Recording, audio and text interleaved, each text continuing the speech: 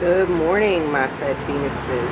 So this is Fed Phoenix checking in with y'all real quick. I downloaded one of those countdown apps on my phone. Ironically, they all say vacation countdown.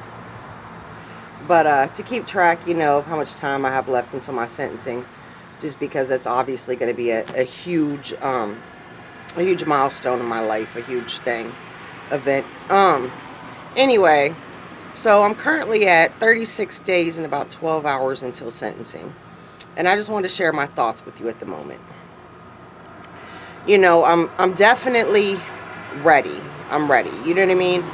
I think everybody gets to a point in their federal journey where they're just ready to be sentenced and do what needs to be done as far as prison time or otherwise, and just go on with their life, because, the federal system, you're being held up for months or years living under a cloud of uncertainty.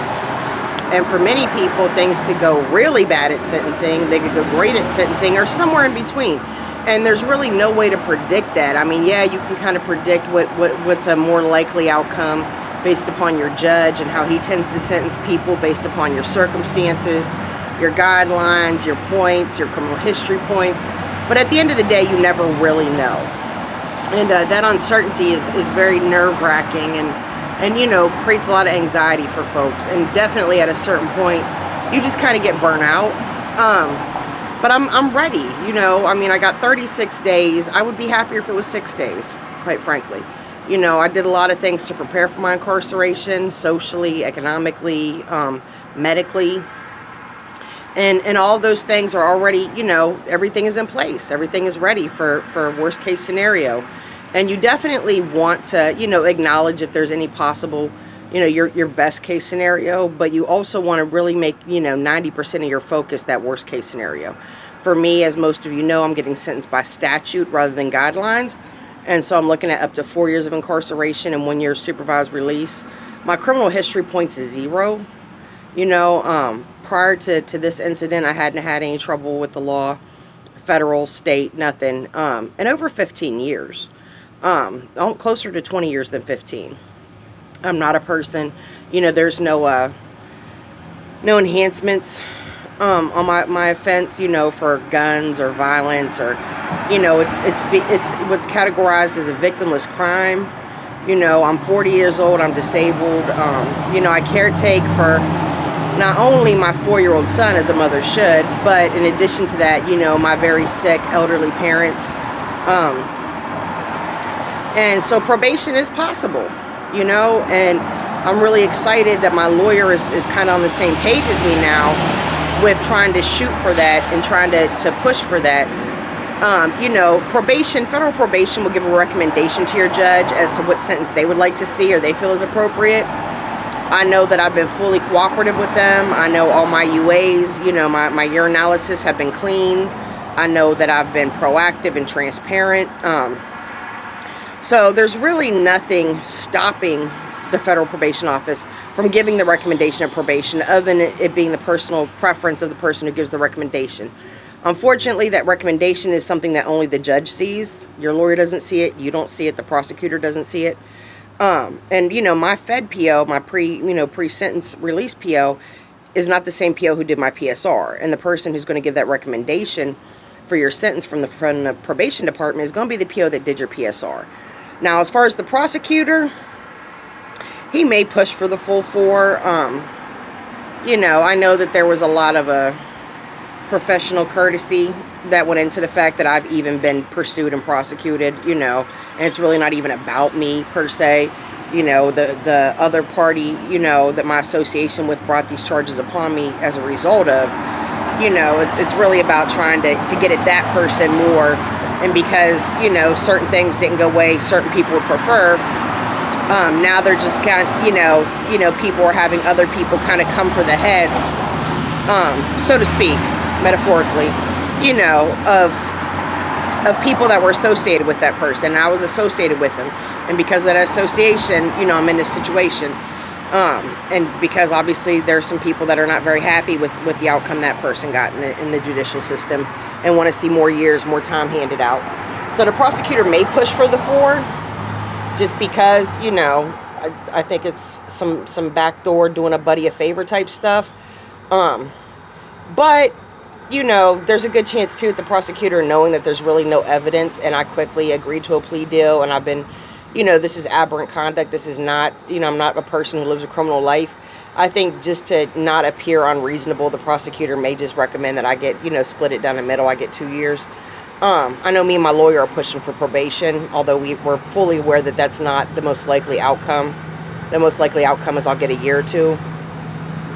But I'm ready to do it. I'm ready to get this out of the way, whatever it has to be, Hopefully probation, or hopefully if it's a couple years, I can do those 2 years on home confinement so that my sick elderly parents aren't left high and dry without adequate resources, in horrible shape. But if they are, and I do have to go do my time, it is what it is. I made some decisions. I had some associations, that I knew would potentially put me in this situation, and I'm in this situation. There's definitely very much, I take responsibility, and this is a result of decisions I've made. Because had I made better decisions, it wouldn't have been possible for me to be in this situation.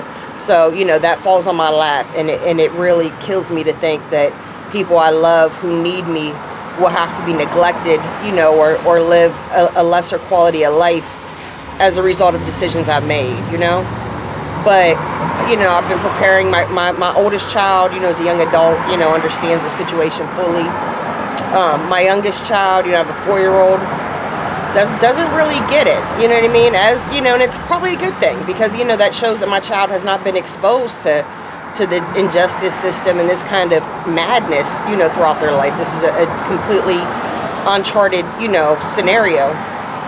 But, I'm just ready, though.